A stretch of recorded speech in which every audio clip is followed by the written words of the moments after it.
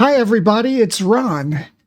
Welcome to another installment of adding context and commentary where available to the news headlines. So let's get right off here to the big war that's happening. It's swept Ukraine off of all the news aggregation sites. There is still a war going on in Ukraine, but must be more interesting to the viewing public because it's all gone over to this Israel-Hamas stuff. Ferocious attacks, dogs, no ceasefire without release of hostages. This does seem reasonable, especially after the attacks. You know, when any country is attacked, you can expect them to react, perhaps even overreact a bit.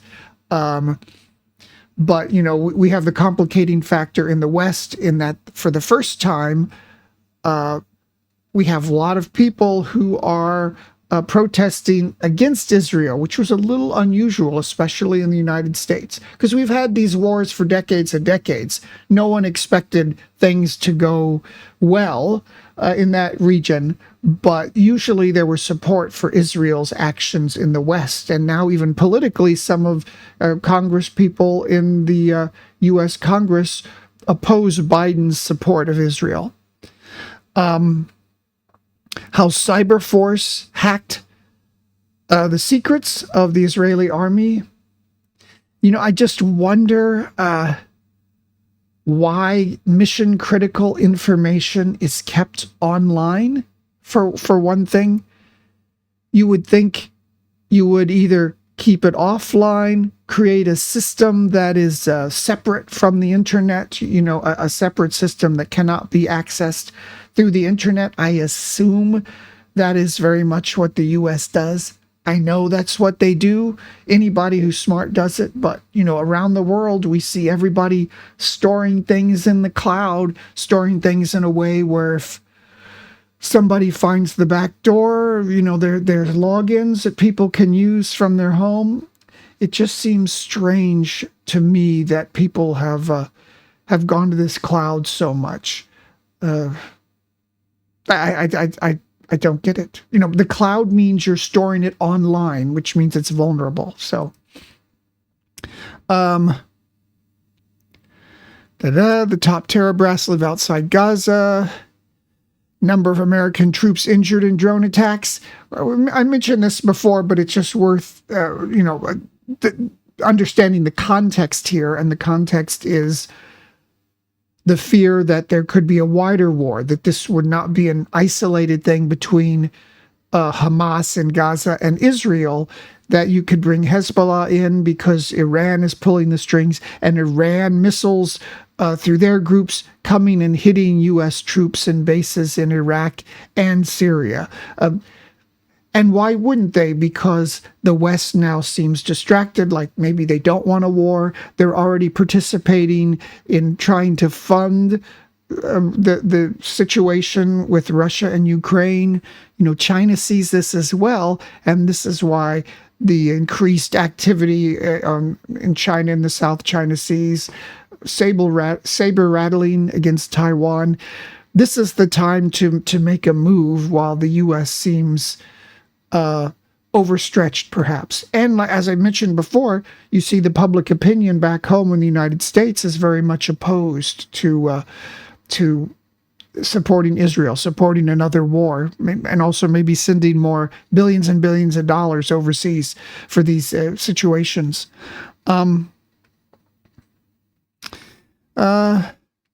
This is what we talked about yesterday. I even had it in the title of the video yesterday. This is the smoke-filled room. So yesterday, you know, the Iowa governor threw the support behind DeSantis, and I said, well, that's very weird because DeSantis has fallen flat on his face in campaigning. So what that indicates, and what all this indicates, is going into the Iowa caucuses, one of the early primary races in the United States presidential election cycle.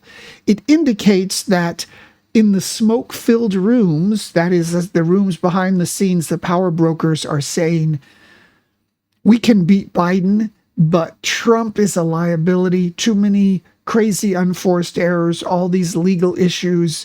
You know, his the way he deals with the press and speaks in public. It's not presidential. It's not well organized. And I'm someone, I like somebody who's well organized and tidy. And I can see where the people in the smoke-filled rooms are saying, let's get another guy. Let's draft him. Let's into the race. Let's make sure that he's there as a viable alternative that people can vote against instead of Trump. And DeSantis, has many of the same issues as Trump that he supports, but he's a more conventional politician. And when I say smoke-filled rooms, I think this is a reference. I believe it's the late 19th century where you had, back then, the president, they didn't have to win primaries to be nominated. They could be nominated right during the presidential convention, each party's convention. So you had this idea that the power brokers, the people that control blocks of sort of like you have MPs in the parliamentary system who controlled blocks of voters, could draft in somebody almost an unknown to be a presidential candidate in the political party. And thus the idea of the real decisions being made back in the smoke-filled rooms with all the big old men smoking their cigars.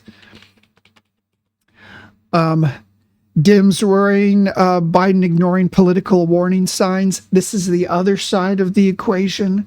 This is the idea that Biden is perhaps arguably even a worse candidate than Trump. While I think the media soft pedals some of the gaffes of Biden to the American public, those gaffes are shown ad nauseum on social media, and people do see these even if they are soft pedaled by the mainstream press. And this is the idea, he's going to be facing criticism and challengers within his party from both the more liberal side and the more conservative side, which never is a good sign. It never bodes ill for a sitting incumbent who is running for re-election.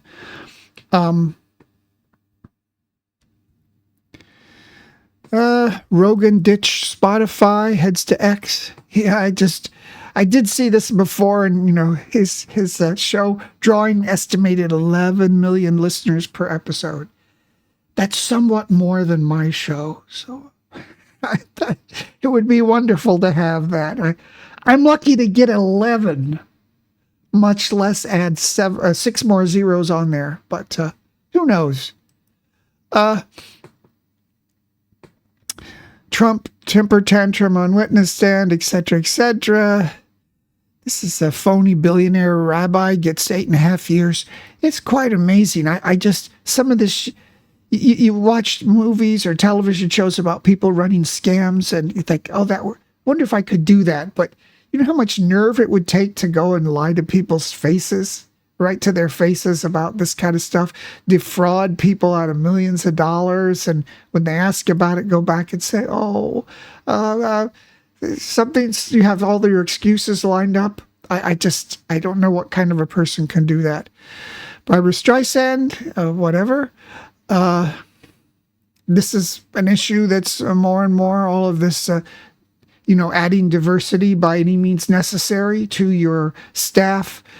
This is coming around to bite the companies that did that, especially when it can be shown that they fired or got rid of people based on their race alone, to hire other people of other races. So let's see. A few things I think we covered yesterday. More about the possible impeachment of Biden, which now seems to be reduced to a sort of tit for tat political gambit, as opposed to a very grave undertaking, as happened like during the Nixon and the Clinton impeachments. A groundbreaking new therapy could stop repetitive thoughts. Of course, this is a sort of medical thing that's on Daily Mail, which is a very populist, almost I'd say vernacular newspaper that leans to the right, plays up certain aspects, but it's fun to look at and read.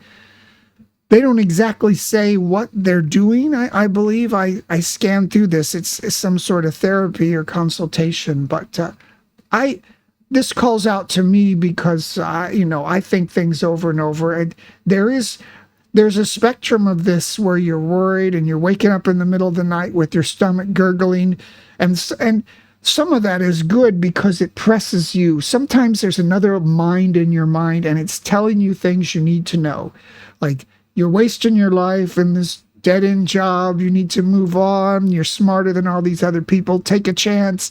It's now or never. So sometimes your body can force you to do that, can make you sick if you don't listen to yourself.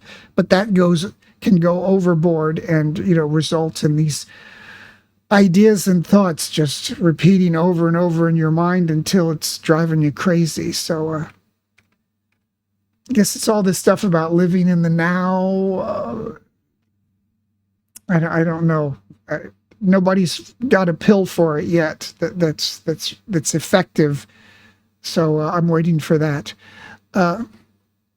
WeWork, that's that interesting thing. There's so many stories about their bankruptcy. They were, have these sort of temporary cubicles you could rent or use in office building space, and then you had COVID and it changed everything and destroyed them. San Francisco, sort of the result of a lot of liberal policies that were intended to help combat the perceived or quite legitimate fears of over-policing people who were otherwise not thought of as perpetrators of crimes and perhaps might be victims, but it has caused some of the inner cities and the more liberal states in the United States to become quite difficult to live in, hellholes, businesses closing, looting, etc., etc. More COVID stuff. There's an alarming one for you. I'm not even going to ponder that. More, here's something. Musk, always in the news. Data on U.S. servicemen, lots of it for sale again. If all this stuff was so important, why are they keeping it online?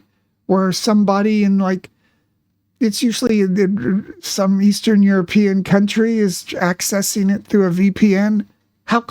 Why don't they have an internal system just for the military things that you can't get into? It's bizarre. All this stuff is online.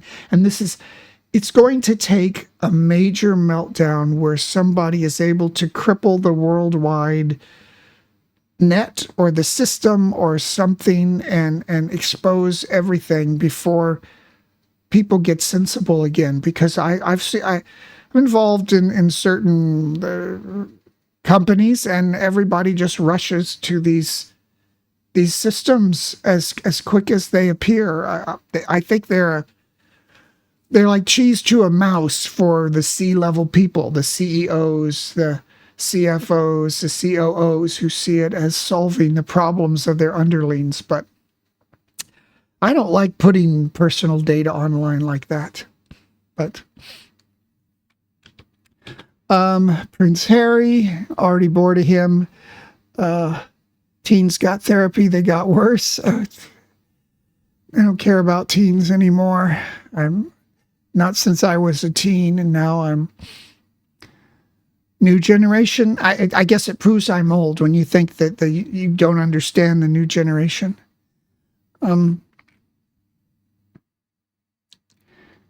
Pot raises risk of heart attack, heart failure, stroke. Studies say, it's in CNN here. A lot of these sort of health things online are not very well documented, but they do show some studies here that actually link to them, which is unusual. And I don't know, anytime you ever mention marijuana and this sort of stuff, you have dozens of people who come out and tell you it's not only is it's healthy, it's good for you, but I don't know. We spent so many years telling everybody smoking things was bad, and now we're kind of smoking again, so I don't know. More about the actors' strike that's still going on. This is fascinating. This new Joaquin Phoenix I've heard his name said a million times, but when I try to say it, I don't know how to pronounce it. Joaquin Phoenix.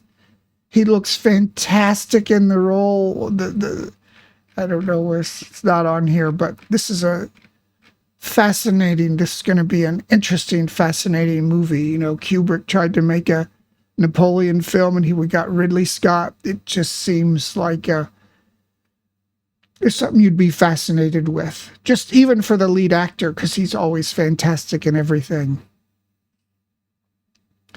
Employees not quitting.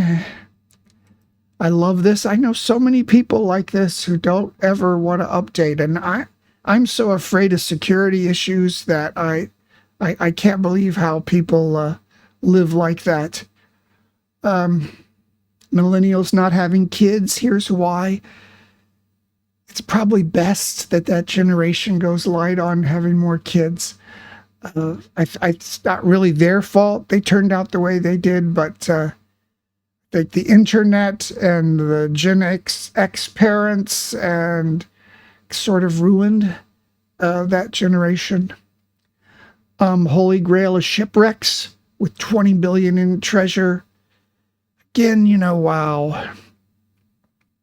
Seems like fantasy. Look at the coins there on the ground. How fascinating to be able to delve into this. 1708. Oh, I didn't find it, and I'm not going to get any of the money for it. So,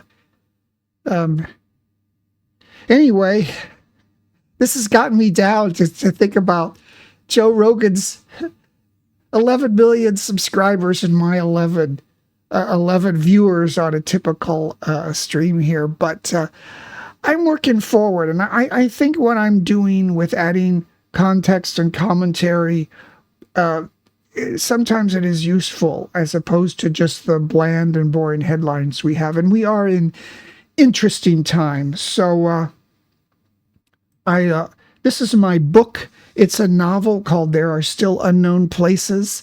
It's a novel of Bangkok life. I wrote it to rival works like Orwell's Burmese Days, books like that give a character to foreign life and local life in a certain place. I know it's presumptuous of me to do that, but this is my stab at capturing a time and place and people of all types who are living in a land that's among the most modern and ancient at the same time on this planet. So if anybody reads that, wants to read that, it's on Amazon, it's on Kindle, and I will see you next time.